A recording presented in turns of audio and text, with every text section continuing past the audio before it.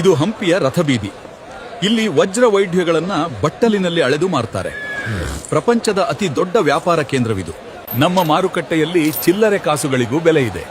ಆದರೆ ವಹಿವಾಟು ನಡೆಯೋದು ಮಾತ್ರ ಶುದ್ಧ ಬಂಗಾರದ. ಸಾವಿರಾರು ಆನೆಗಳು, ಲಕ್ಷಾಂತರ ಕುದುರೆಗಳು ಮತ್ತು ಅದಕ್ಕಿಂತಲೂ ಹೆಚ್ಚು ಸೈನಿಕರು, ಇವರೆಲ್ಲರಿಗೂ ಬಂಗಾರದಲ್ಲೇ ಸಂಬಳ ನೀಡುವ ತಾಕತ್ತಿರುವುದು ಈ ವಿಜಯನಗರಕ್ಕೆ ಮಾತ್ರ. ನೋಡಿ, ಈ ಗೋಡೆಗಳನ್ನು ಕಟ್ಟಲು ಗಾರೆ ಬಳಸಿಲ್ಲ. ಕೇವಲ ಕಲ್ಲುಗಳನ್ನು ಒಂದಕ್ಕೊಂದು ಲಾಕ್ ಮಾಡಲಾಗಿದೆ. 7 ಸುತ್ತಿನ ಈ ಕೋಟೆಯನ್ನ ಭೇದಿಸುವುದು ಶತ್ರುಗಳಿಗೆ ಅಸಾಧ್ಯ. ನಾವು ಕೇವಲ ಬಿಲ್ಲು ಬಾಣ ಬಳಸೋದಿಲ್ಲ, ನಮ್ಮಲ್ಲಿ ಫಿರಂಗಿಗಳಿವೆ.